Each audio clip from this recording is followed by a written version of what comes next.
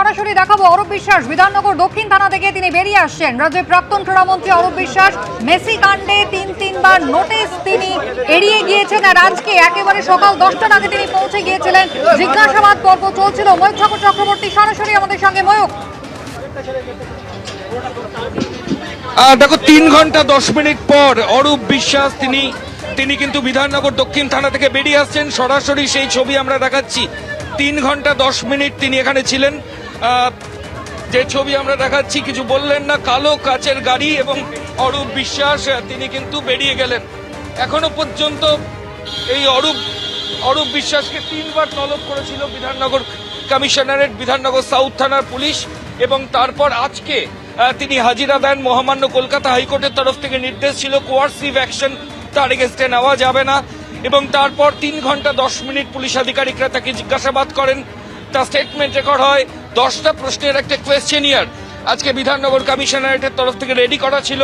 সেই মোতাবেক তদন্তকারী আধিকারিকরা যে আইও রুম রয়েছে সেখানে তাকে জিজ্ঞাসাবাদ করেন। আইও রুমে প্রায় 3 ঘন্টা 10 মিনিট তাকে বসিয়ে রাখা হয়। গোটা প্রক্রিয়ার ভিডিওগ্রাফি হয় এবং তারপর অরূপ বিশ্বাস সেখান থেকে বেরোন। এখনো পর্যন্ত যেটা খবর পাওয়া যাচ্ছে যে আগস্ট মাসের 2 তারিখ পর্যন্ত মহামান্য কলকাতা হাইকোর্টের রক্ষা কবচ রয়েছে, ইমিউনিটি রয়েছে।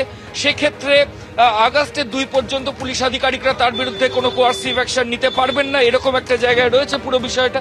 আমি সরাসরি ছবিটা দেখাচ্ছি।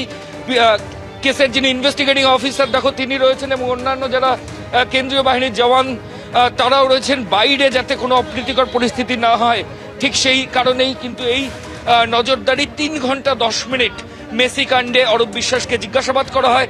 গতকালই টিম মেসির তরফ থেকে কমপ্লেন জানানো হয় বলে শতদ্রু দত্ত দাবি করেছিলেন, এবং সেই অভিযোগও কিন্তু অরূপ বিশ্বাস প্রাক্তন ক্রীড়ামন্ত্রীর বিরুদ্ধে ছিল।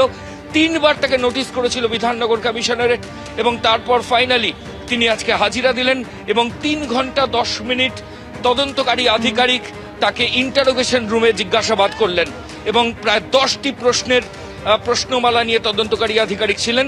সেই প্রশ্নমালা অনুযায়ী তার স্টেটমেন্ট রেকর্ড এবং তার জিজ্ঞাসাবাদ হয়েছে। ময়ূক, ধন্যবাদ। অগ্নিমিত্রা পাল রাজ্যের পুর নগর উন্নয়ন মন্ত্রী, তিনি কি জানিয়েছেন দেখুন। অরূপ বিশ্বাস বাংলার মানুষ আপনার এগেইনস্টে যে অ্যালিগেশন এনেছে, দুর্নীতি, বিভিন্ন রকমের দুর্নীতি, এবং গতকাল মেসি আমাদের ফুটবলের ভগবান, সেই মেসির টিম থেকে কালকে একটি কমপ্লেন জানানো হয়েছে এই অরূপ বিশ্বাস সম্বন্ধে। সেটাও কিন্তু ফেলে দেবার নয়। সেই দিন আমরা ভুলে যাইনি যখন বাংলার হাজার হাজার ছেলে মেয়ে যুব সমাজ তারা সারা বছর টাকা জমিয়ে তারা এসেছিল এক ঝলক মেসিকে দেখতে।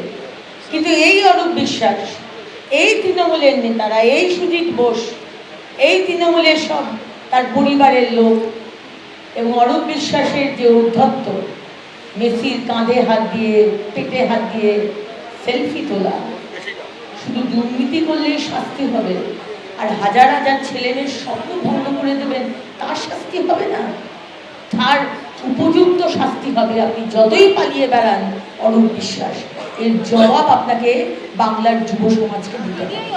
এবিপি আনন্দ, এগিয়ে থাকে, এগিয়ে রাখে।